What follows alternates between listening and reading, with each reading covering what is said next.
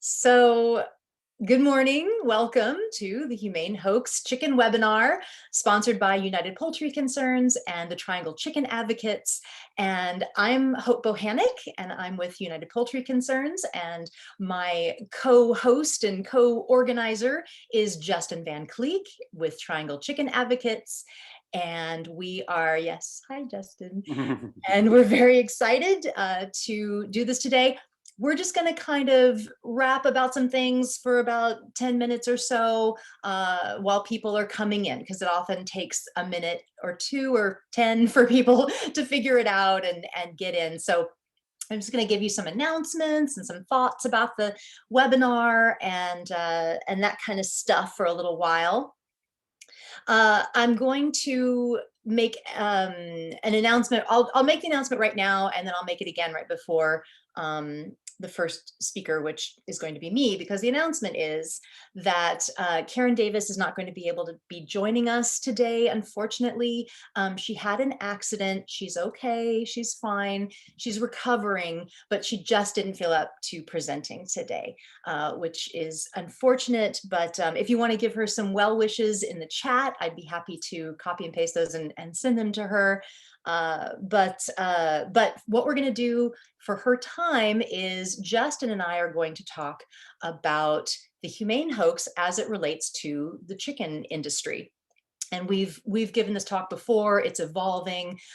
We've given this talk at the Animal Rights Conference and at our own conference. So Justin and I, we started this project, the Humane Hoax Project, which is a website and a Facebook page, and we're gathering resources and creating content and webinars, and like today, focusing on the issue, what we believe is an important 21st century issue. Because things have shifted, the rhetoric has shifted, the marketing has shifted, and we need to address the humane hoax. So we're going to talk about that. And I'm going to take the first 20 minutes. Justin's going to take the second 20 minutes. I'm going to talk about industry as it relates to the humane hoax. And Justin will talk about the trend of like backyard chicken egg producing, farming, backyard chicken farming, and the rooster dilemma that comes from that. Justin will articulate it much better than I just did. So anyway, so that's what's going to happen for the first hour. And I'm sorry that unfortunately Karen won't be with us today, but thank you for the well wishes. I can see that people are sending well wishes. That's really wonderful. So I do want to say that this webinar is kind of wrapping up UPC's, United Poultry Concerns, International Respect for Chickens Month. And so this is kind of our big blowout party at the end of International Respect for Chickens Month. So that's exciting. I also want to say that we're going to show a video that we created for International Respect for Chickens Day and Month at some point during the day today. I'm not sure exactly where. It's less than 5 minutes. We're going to put it in one of the 5-minute breaks. And it's a video that we created for everyone to really spread around. We want it to, I'm calling it digital leafleting. Since we can't get out in the streets and do leafleting, want to take this video and just really spread it far and wide. So I want to show it, get you excited about it. It's called Do You Know Who Chickens Are? And then encourage you to spread it around. So we're going to do that. I would love to say who our sponsors are really quick too. Our sponsors are, of course, United Poultry Concerns and the Triangle Chicken Advocates. Those are the two main creators behind the event. But we also want to thank the Micro Sanctuary Resource Center. They're allowing us to use their Zoom account. This is their Zoom account. So thank you, Micro Sanctuary Resource Center, for being a sponsor. Also, Free From Harm is a sponsor. Sweet Peeps Sanctuary is a sponsor, and also ARC, Awakening Respect and Compassion. And I wanted to mention with them, with ARC, they are also doing a chicken webinar series inspired by ours from last year. And so, but theirs is a little different. They're having a different speaker each month for the summer. They had their first one last month with Erica Meyer. They're having Karen Davis on, so you'll be able to see Karen. Hopefully she will be recovered and on that webinar on June 17th. And then in July, Justin Van Kleeck will be the speaker. And then I think they have a few more as well. So check out that chicken webinar. It's kind of exciting that there's more than one chicken webinar happening. I want to thank you all for being here. It's so, it's so heartening. It warms my heart to know that there's a community that has this love and respect for chickens. Yeah, it's just beautiful. So thank you for being here and supporting us and supporting this wonderful endeavor. Justin, did you have anything you'd like to add before we jump into the first speaker, which is me? No, I mean, you really covered it. But I do have to say that,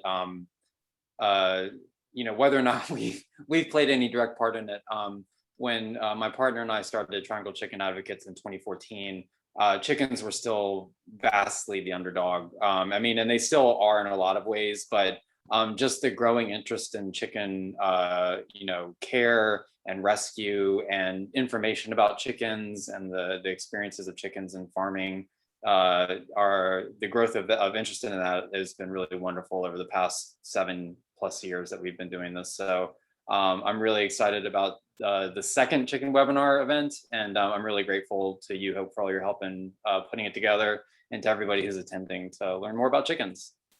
Yay! All right, cool. So I'm gonna get started here in about 3 minutes. But just another announcement for people that have come in to let you know that Karen Davis won't be joining us. Unfortunately, she had an accident. She's going to be fine, but she's recovering and needs some time to recover and didn't feel up to presenting today, unfortunately. So I'm going to be taking the first half of her time, and Justin will be taking the second half of her time. So just so everybody knows that. And if anyone comes in during that time and it was like, where's Karen in the chat, if people could fill that person in as to what's going on, so they don't think that the schedule's off or whatever. So what else? Anything else? Oh, I know something I wanted to say. So our Humane Hoax project that Justin and I are building and creating, the Facebook page really needs some love. Like, we're creating content for this Facebook page, but we don't have the money to boost, you know, the stuff, and that's kind of how you get more attention to it, and we just don't really have that kind of money. So we need you to go and like and love and share the stuff on our Humane Hoax Facebook page. So I'd really appreciate that. What is the name of the Facebook page? It's the Humane Hoax, right, Justin? That's it. Just Yep. You can just find it by Googling or searching on Facebook Humane Hoax. Yeah, please go and give it some love, share some of the posts, stuff like that. That would be great. All right. Well, I think I'm going to just go ahead and get started. Yeah, Justin, do you have anything else? Nope, I'm ready to go. So I'm going to go ahead and make you host, and you should be ready to go. Okay, awesome. Wonderful. Okay, so let's see. I want to share screen.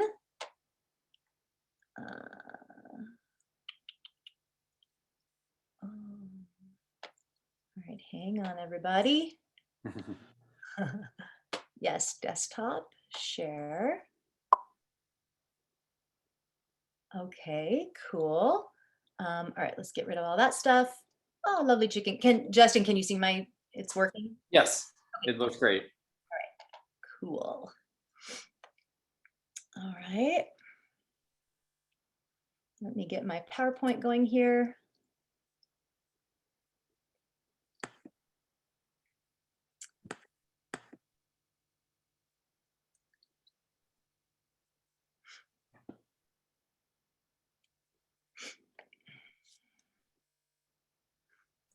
Okay.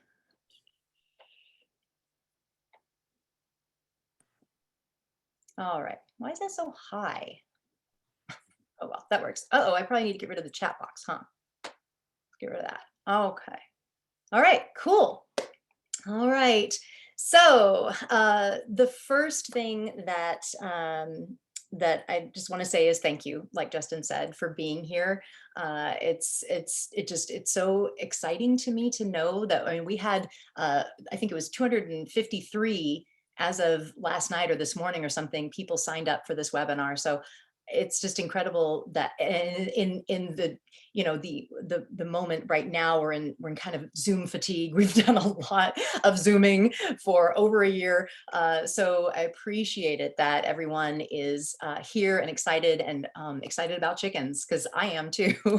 so I'm going to talk about the humane hoax as it relates to the chicken flesh and egg industry. And a lot of you, some of you may know some of this stuff, but the point that I want to make by going into the industry is that very little changes when we're talking about these labels, the cage-free, free-range, organic, all these labels that we're seeing. There's so little that changes, and that's what I mostly want to talk about. But first, I want to talk about speciesism, and I just want to introduce this concept if there's some out there that have never heard this word or this concept. For those of us that have, I kind of want to just talk about it a little bit and get it in our consciousness and in our discourse. I feel like it is a really important um, concept that we need to bring in more.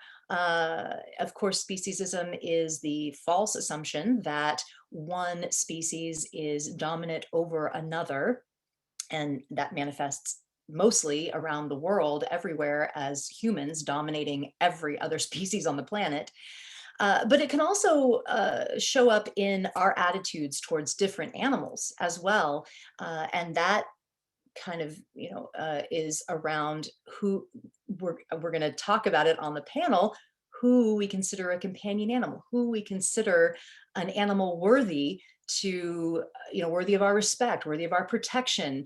This is the conflict. I just saw this in National Geographic around what wildlife do we consider worthy of saving, and where a Florida panther gets millions of dollars, but then another endangered beetle doesn't get anything.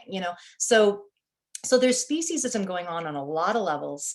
And I think it's good to recognize them in our language, in marketing, in everything. And once you start thinking of this concept, you start seeing it everywhere.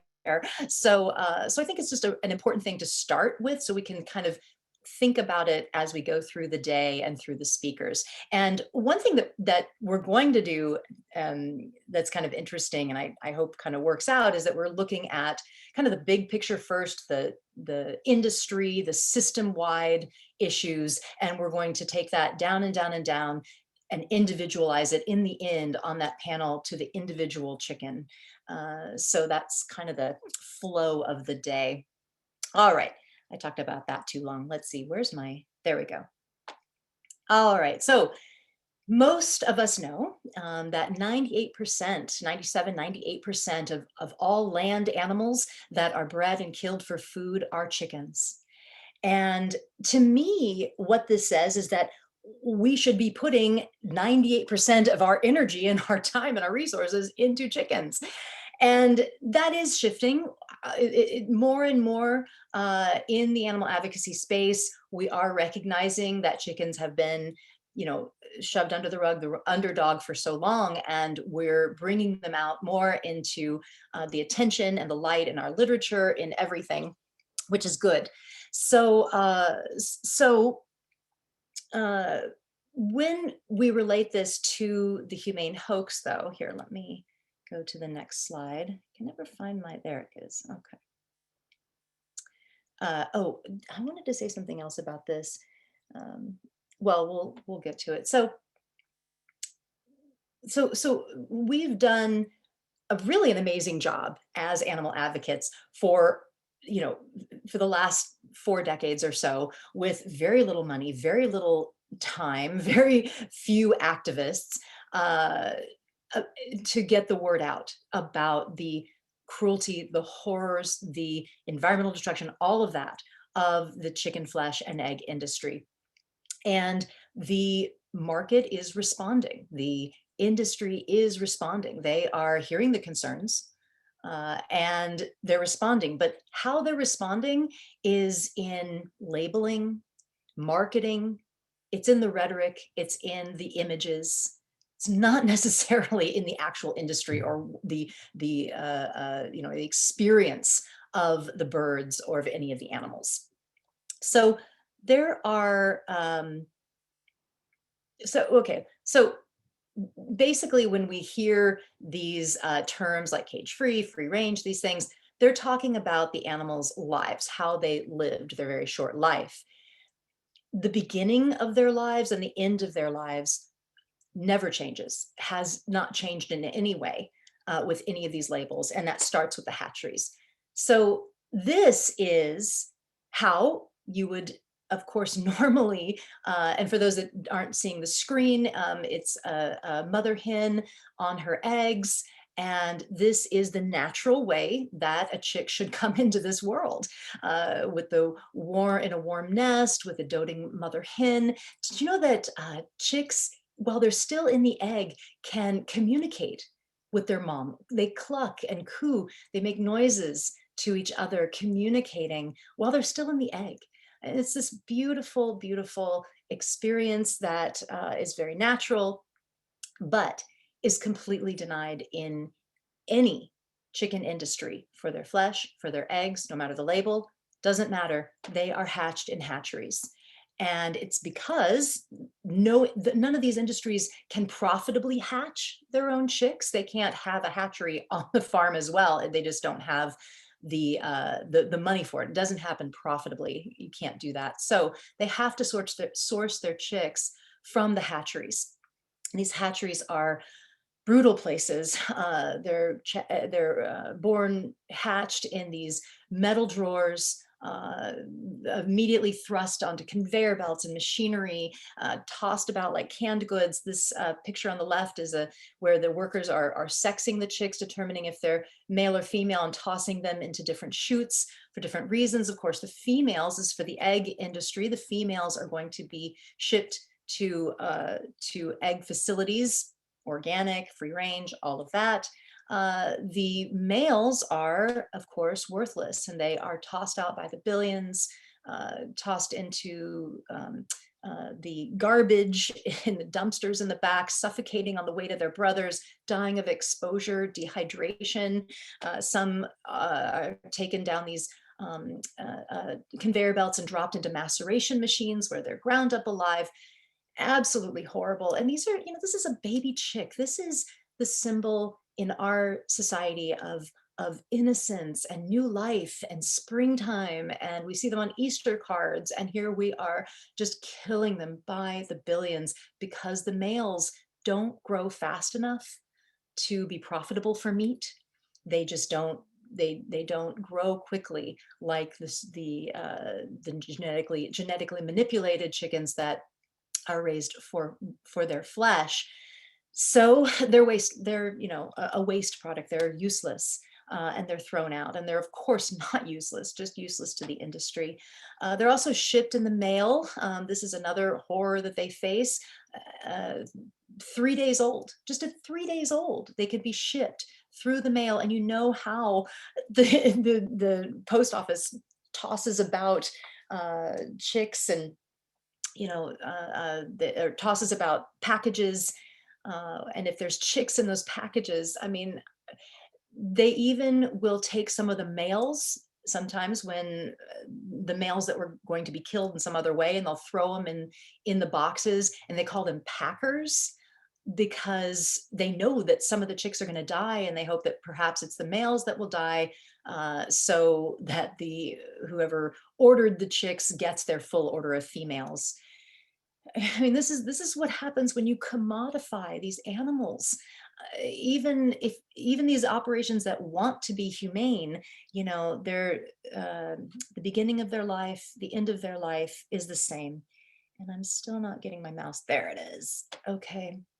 All right, so that was the beginning of their life. End of their life also the same process, transported in these horrible cages where they can't even stand up, in all extremes of weather, exposed to extreme heat, freezing cold, up to 3 days, no food or water, horrible. And then the slaughter, absolutely brutal. And I'm going to spare you a slide of the slaughter. This is a more compact and quick talk, so we won't go there, but just know that throat slitting is not a quick and easy way to die. It takes agonizing, a minute or more. It's awful.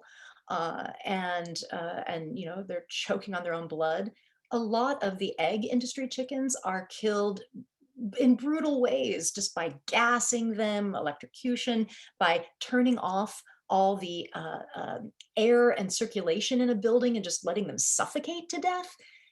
There's horrible ways that they kill these poor birds. Again, no matter the label. So I happen to have lived in Sonoma County, California for a very long time. I'm in Sacramento now, but I'm very near Sonoma County, just about an hour and a half away. And there is a lot of free range, cage free egg production going on there. And so I've been out to a lot of these farms. I've actually gone to these farms and looked. And this is often what you see when you're walking up to one of these farms. You see keep out, biosecurity signs, all kinds of warning signs. They don't want you in there. They don't want you to see what's going on. If you get a little closer, you'll see more of these signs: keep out, biohazard. They make it sound like you're going to go in there and something's going to blow up. But then when you get closer, what you don't see, even though it's a chicken operation, is chickens. It's very rare to actually see chickens anywhere. But you see these buildings, these long windowless warehouse buildings. And, for what I've found and what I've heard, is that they can have, in one building, the cages, the battery cages that are so brutal. Of course, we don't want them in cages. We want them out of the cages. But the alternative is not that much better, and sometimes can be even worse. So there'll be one barn with the cages. The next barn will be cage free. And if they really cared about the chickens, if they really thought that the cage free was better, wouldn't they have them all out of the cages? No, they don't care. They just want a different market for a different buyer where they can charge more money. So yeah, it's horrible. So anyway, so you go up closer to the barn and this is what you can see. This is a typical cage-free operation, where they are on top of each other. There's no light. They're getting no air, no windows, no light, no sun. It's just crowded and crazy, and they've got the chaos of being on top of one another and having no personal space, and then just the monotony of there being nothing else in life but this. It's maddening and horrible. The ammonia builds up and burns their sensitive beaks and noses and throats and their nostrils.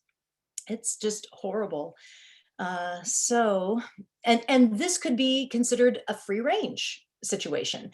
There's zero regulation on these labels. There is, no on-site inspection. No person's going to come out and inspect. The only exception to that is organic, but still what they're looking for mostly is environmental and not necessarily animal welfare. So a farmer could have this shed and open up doors to a little muddy patio that only 20 of the birds could fit out on and call that free range, and open the door for 5 minutes a day and call that free range, because there's no regulation on how long they have access to the outside, what the size is, what the conditions are. These labels are just, they mean nothing. Now, this is where someone might say, okay, well, wait a minute, wait a minute. There are situations where the birds are out in the field and on pasture. There are actually pasture raised free range chickens. And this is typically a picture that you would see of something like that. Well, we have this romanticized notion that if we just get the animals out of the cages, out of the sheds, out of the barns, if we just get the animals out onto pasture, then everything is okay. This is going to solve all the problems, right? Well, this is where we're so clueless. This is a word that Justin used actually on the my last podcast, Hope for the Animals podcast. I'll give a plug for UPC's podcast, where Justin was my latest guest, and Justin and I were talking about this, and he was saying how we're so clueless about what chickens need, what they want, what is natural for them. They don't like being in open pasture. That is not good for them. That's not fun for them. They feel vulnerable to predators. They like cover and greenery and trees and shade. Their ancestry is the jungle fowl of Southeast Asia. Their DNA wants shade and forest and greenery and plants and different plants, not just grass. This is not ideal for them at all in any situation. But yet, this is what we see them on TV now. We see Purdue having TV commercials where you'll see a scene like this, where the birds are just in the grass and they're like, look how good we are to our chickens. So, we need to know them, know who they are, know what they need, and not commodify them. So yeah, let me see how much time I have. I want to turn it over to Justin fairly soon. I have a few more minutes. So yeah, I just wanted to mention that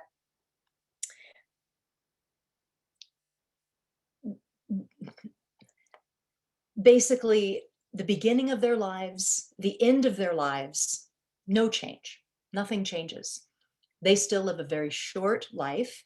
And the changes that are coming in the living conditions, which is really the only thing that does possibly change with these labels, is, one operation, it might be an improvement over another. Yeah, getting them out of the cages is a good thing, but it's not necessarily the ideal situation for them in any way, far from it.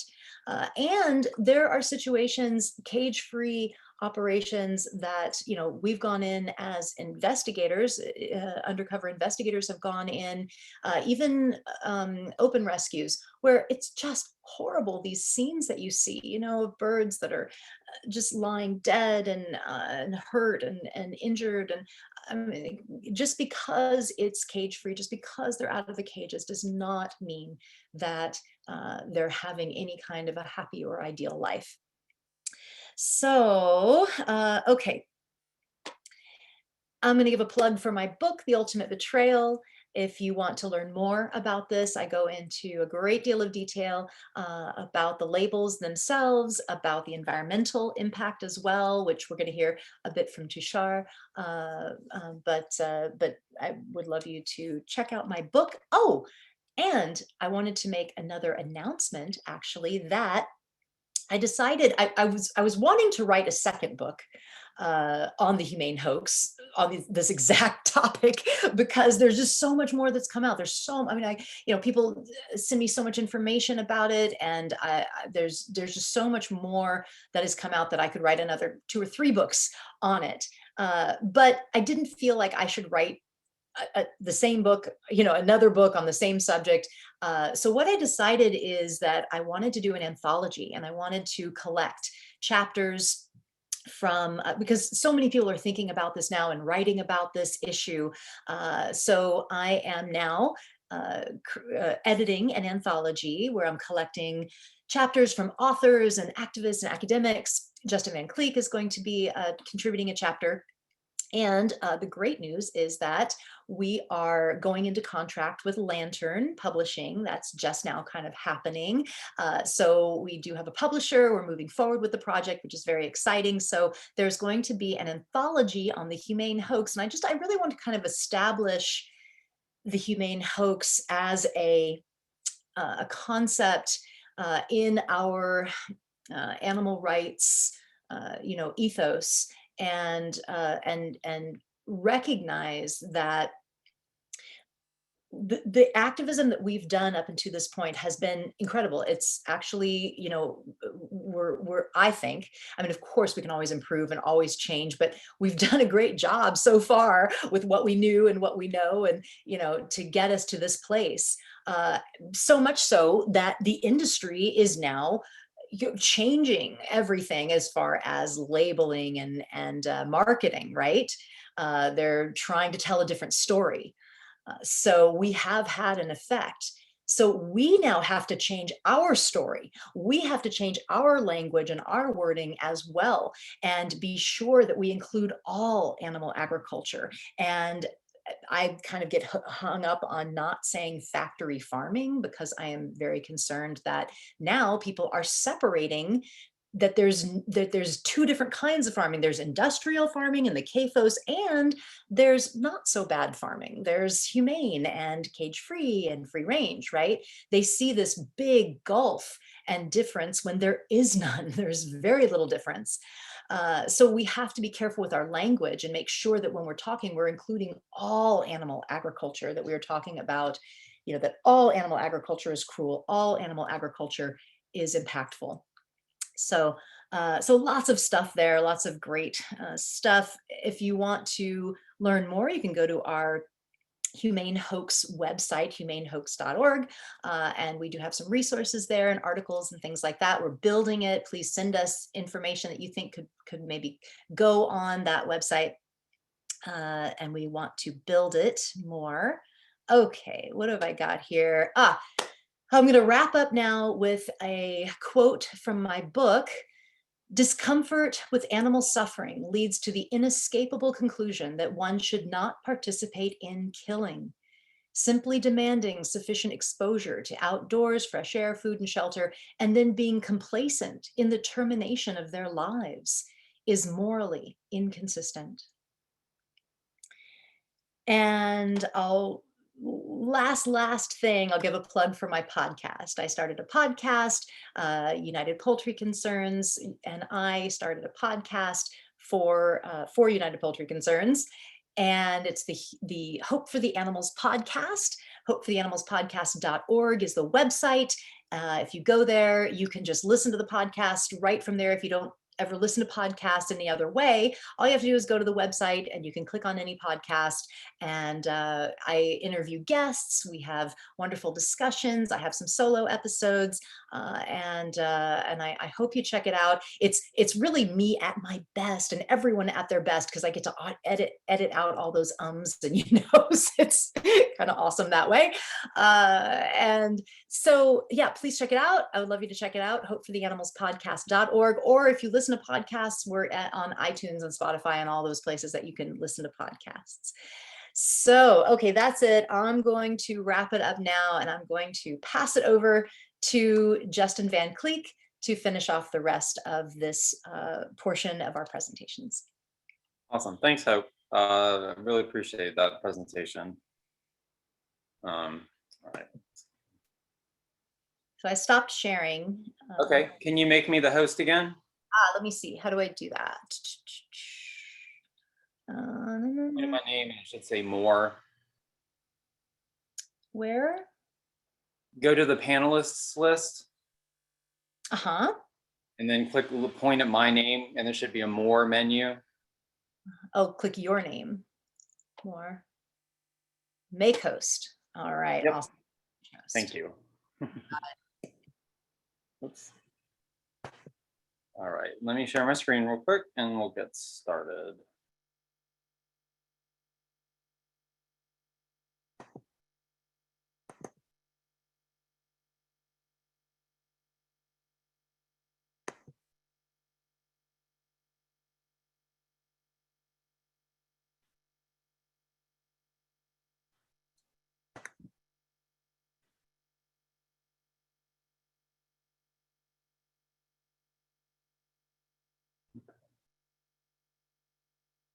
Okay, can you see my screen? Yep. Okay, Yep. perfect. All right, let's see.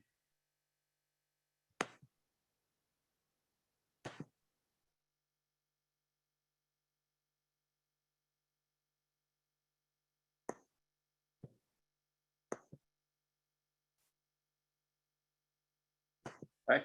All right.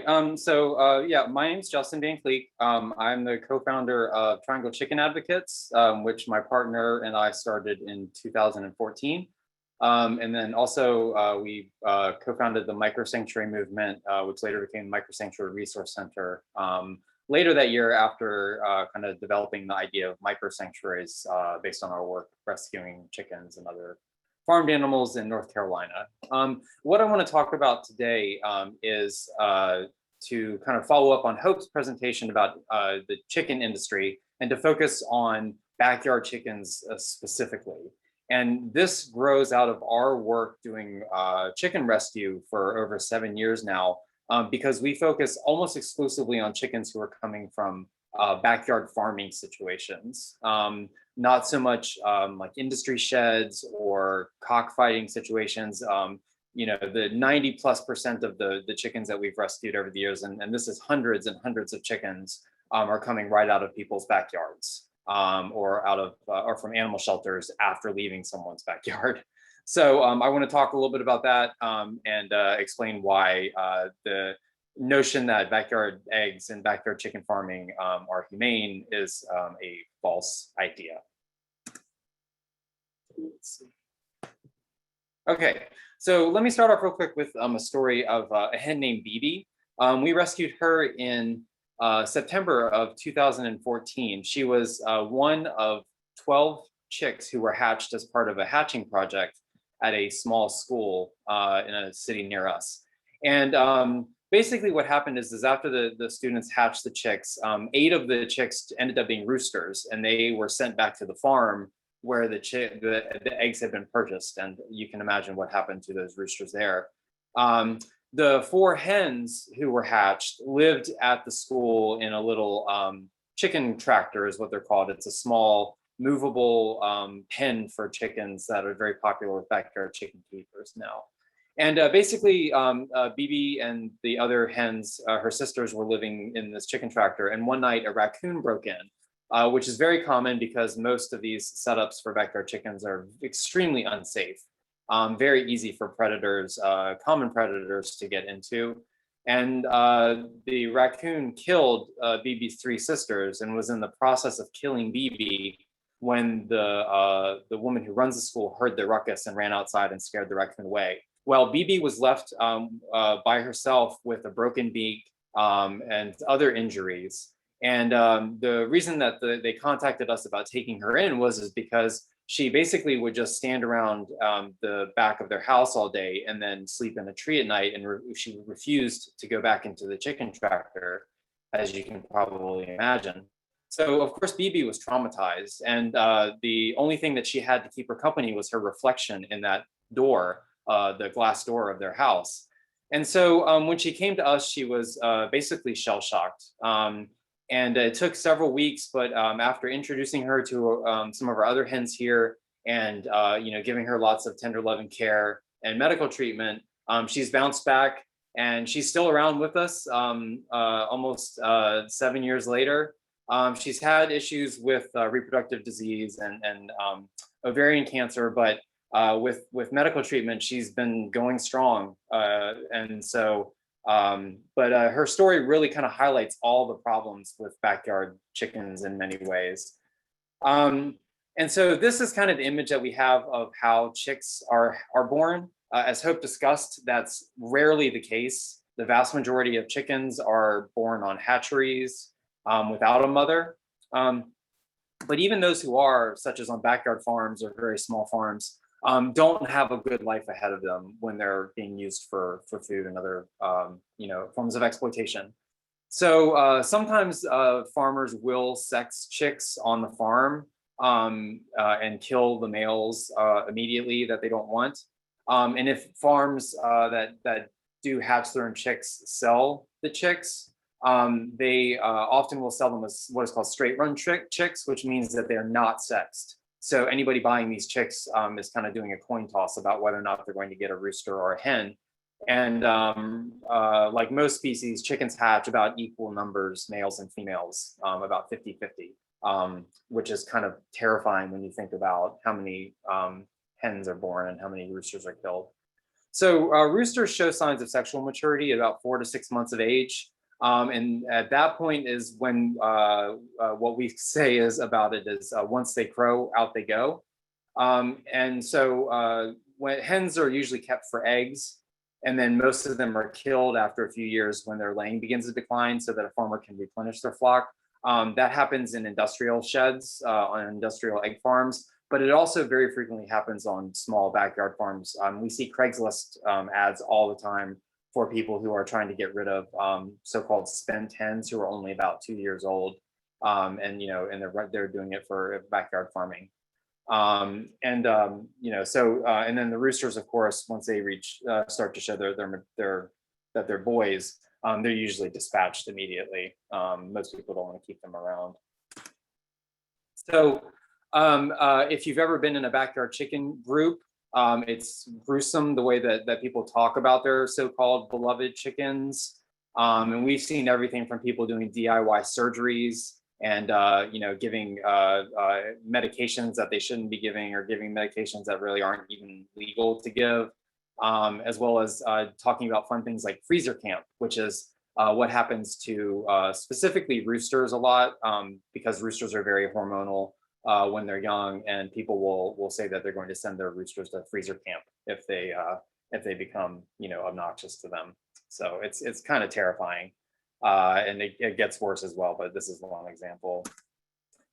And so I want to talk specifically about roosters for a little bit, just because that's been one of our major focuses since we started TCA. And we've rescued hundreds of roosters over the years, and we've really put a lot of work into not only developing kind of strategies for creating successful flocks of all roosters, but also developing living spaces and habitats that are conducive to successfully having rooster flocks by giving roosters, habitats that align with their natural instincts as descendants of jungle fowl.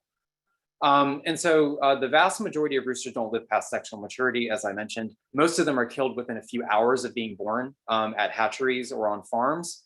And then the rest, once they do start to show signs of being roosters, once they start to reach sexual maturity, they're usually killed then as well, because people either don't want them or can't have them, as I'll mention below. So those that are unwanted, those that are allowed to live often face a number of health issues, as well as being considered aggressive, or being seen as problems, even if people do keep them around. So normal rooster behaviors are seen as a nuisance or aggression, and these are things such as crowing, protecting hens from potential threats, which typically means humans. In these cases, crowing, mating, crowing, and not being a hen who lays eggs are all things that make roosters annoying to backyard chicken farmers. And then a big problem we see as well is that most cities and towns that allow backyard chicken keeping actually prohibit roosters because of issues with noise. And so even if someone did want to keep a rooster as part of their flock, and if they lived in a city, in many places, and the vast majority of places, they're actually not allowed to. And so that creates a huge problem for rescues like us. So I'm not sure why my photos aren't showing up, but basically rooster dumping, oh, here we go. Rooster dumping is a kind of a national pastime. It's part and parcel with backyard chicken keeping, and all of the chicken rescuers and sanctuaries will tell you how many calls and requests they get for catching dumped roosters or taking in unwanted roosters.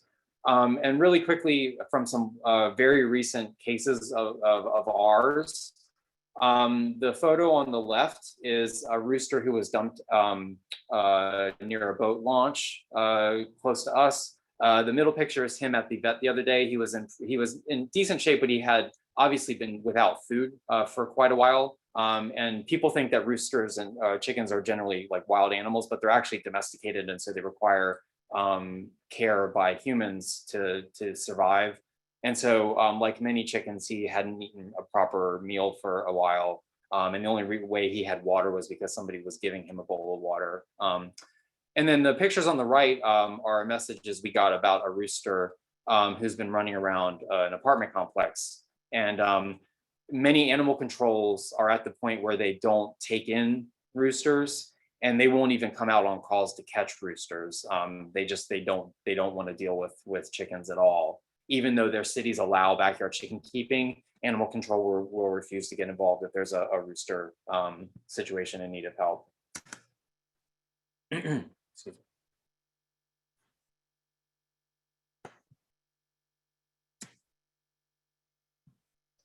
Wait for my slide.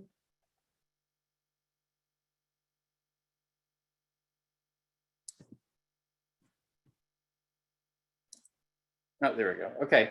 So let me back up. So the plight of roosters is a serious issue, and I urge you to always think about roosters whenever anyone starts to talk about backyard chickens, because inevitably they're going to be talking about hens, but roosters face some of the most serious consequences as a result of the growth in backyard chicken keeping. So as I've said, we're inundated with requests to help roosters who are not wanted or are not able to be kept as part of a backyard flock. So people who breed or buy chickens will always end up with roosters, and they will always be in a position where they can't or don't want to keep them because the primary goal is eggs. It's not chicken welfare. And in many cases, as I've said, they legally are not allowed to have them. So this is an unsustainable practice of backyard chicken keeping, and thus it's an unsustainable industry. And the only reason that it keeps going is because there are so many ways to externalize and hide the costs that are the dead bodies of roosters. So if you breed or buy chickens but cannot keep and care for every single rooster who comes into your, to your flock, you shouldn't be doing either of those things because you're creating more problems, and you're causing roosters to die. And so you just to drive home the point, you cannot have backyard eggs without dead or abandoned roosters. For every hen everywhere, there is a dead or abandoned rooster somewhere. So when it comes to the hens themselves, hens are prone to a variety of egg-laying related health problems, all of which are very common, but are usually misdiagnosed or ignored by people who don't know what they're looking for in terms of chicken health. So the number one killer of laying hens is egg laying. Common problems include cancer, egg yolk peritonitis, impactions of egg material, and they have many other problems as well. And then chickens are very good at hiding their illness because they're prey species. And so backyard chicken keepers will rave about their healthy, happy hens who give them happy eggs. But in reality, a lot of those chickens may be suffering from a variety of very common health problems. And this is actually a picture of impacted egg material that was taken from a hen who lived with us until 2017, when she passed away from this egg impaction. It was about the size of a softball, and we took that photo after she had died at the vet's. And our vet told us that stuff had probably been in there for 3 years or so, longer than she had been at our sanctuary. But she looked beautiful, and you could not tell just from looking at her that she had that inside of her for years. And so this quote is actually coming from an industry study that says, that egg laying is the number one cause of chickens, of chicken deaths. So the industry knows what's going on, as well as, people who do rescue and do caregiving. So we often see, as I said, that backyard chicken flocks are not getting proper care, and are not, a lot of times they're either just they're euthanized or killed on a backyard farm when they show signs of being ill, or they, they're just allowed to die with whatever illness they have. And so it's just not economical for farmers to spend that much money on chickens when the chickens cost them maybe a few dollars to buy. It's just easier just to kill them and get another chicken. And then additionally, predator protection is a major issue. A lot of people don't want to put the money into building proper like living spaces for chickens that keeps them safe from all the common predators that live basically everywhere that people do, from raccoons to foxes to dogs, hawks, owls. These are all very common predators that kill chickens all the time. So what happens is that a lot of the times chickens are killed or chickens are injured, and then the backyard chicken keeper doesn't know what to do with the chicken or doesn't want to deal with it, and then they ask rescues like us to take in the hen or the rooster or whoever and to deal with them. Let's see if I get screen advances. And so we've dealt with many survivors of backyard chicken injuries. Althea here is a perfect example.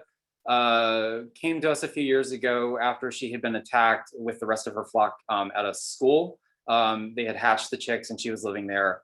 And the predator killed the other chickens and injured her and actually made her blind. So she's been blind for several years now. But after initial treatment and getting her back to health after we took her in, she's been doing amazingly well. And blind chickens can do wonderfully. She has a best friend named Helena that she lives with in a special area, and it's very easy to care for hens and chickens who have disability. And Quincy from Farm Bird Sanctuary will talk a lot about that on our panel later today. So Althea is a survivor of a predator attack. She is one of many sole survivors after flocks are killed by predators who get into unsafe living spaces. And so she's been part of our sanctuary like a family for years now, and we just adore her. So this is us hanging out in the bedroom with Althea. She loves to get on the bed and just kind of sit and hang out with us. So just to kind of sum it up, there's no such thing as an ethical egg. We know the horrors of the industry and large-scale farms, such as battery cages and so-called free-range sheds. As Hope mentioned, even pasture eggs are not actually humane for many reasons. But on the core issue of ethics and exploitation, eggs belong to hens, not to humans. And taking them without consent is not ethical. It's a form of exploitation. And the hens can never consent to give us these eggs. And in fact, have bred them over millennia in such a way that they're genetically forced to lay many more eggs than would be natural for them. And that often results in their deaths. And so there's so many reasons to not eat eggs. Where a particular hen lives is not one of them. Living conditions are a minor issue when it comes to the actual ethics of eating eggs and exploiting animals. So that's why, to me, it's so important to talk about the fact that humane animal farming is truly a hoax, because the fact that the animals may live in situations that look to us like happy living spaces really is a minor consideration. There are many other more important considerations for determining what is ethical or not. So whether in a backyard, an industrial shed, or a bat cage, hens and their eggs are not ours to use. And I would always encourage everyone, whenever you're having conversations with someone about backyard eggs, and they talk about how happy the hens are and how they treat their hens like pets, always ask them, where are their brothers? Thank you.